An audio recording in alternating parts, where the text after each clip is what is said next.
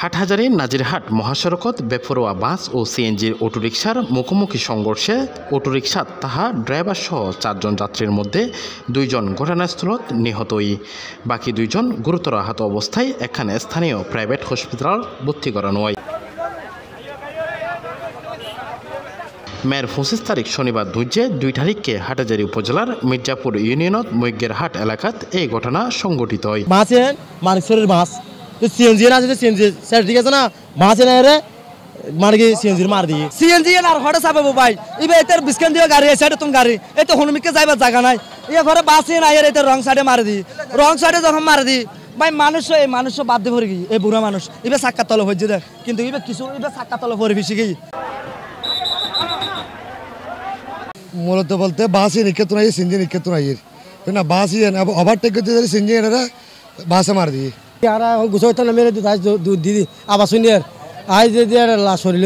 সরজমিনে যাইরে প্রত্যক্ষদর্শীসকলৰ হতা হয়ে জানা যায় হাকরাছড়ি তুন চট্টগ্রাম শহরত যাওয়ার সময় হাকরাছড়ি পরিবহন নামে একখান বাস ও হাটহাজারী তুন ফটিকছড়ির উদ্দেশ্যে যাওয়ার সময় একখান সিএনজি অটোরিকশা মির্জাফর আলী বেফরোয়া গতি তাইন্যে ঘাতক বাসগান সিএনজি অটোরিকশারে মারি দেয়।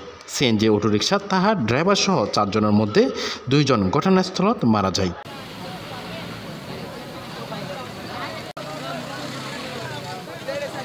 নিহত কলইদে মোহসানা ফারার আব্দুল মোতালেব টুনু ও অন্যজনইদে মুনিয়া ফুকুর ফারার মোহাম্মদ আফসার। এই বিষয়ে নাজিরহাট হাইওয়ে থানার পুলিশের উপপরিদর্শক মোহাম্মদ আনিস সি প্লাজর হয়। আমরা দ্রুত ঘটনাস্থলে আসলাম, আইসা ঘটনাস্থলে 2 জনের মৃতদেহ পাইলাম। একটা সিএনজিতে 4 জন ব্যক্তি ছিল, 4 জনের মধ্যে 2 জনই মারা গেছে আর 2 জন চিকিৎসাধীন আছে, সুস্থ আছেন। আমরা হাসপাতালে খবর নিয়েছি, গাড়িটা জব্দ আছে, সিএনজিটা জব্দ আছে এবং বাসের যে ঘাতক চালক আমাদের কাছে আটক আছে।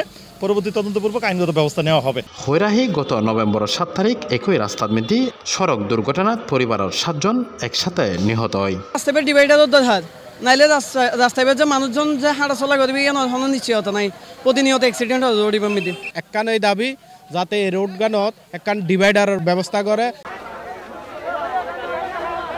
Shoebur Rahman, C plus TV, Chittagong.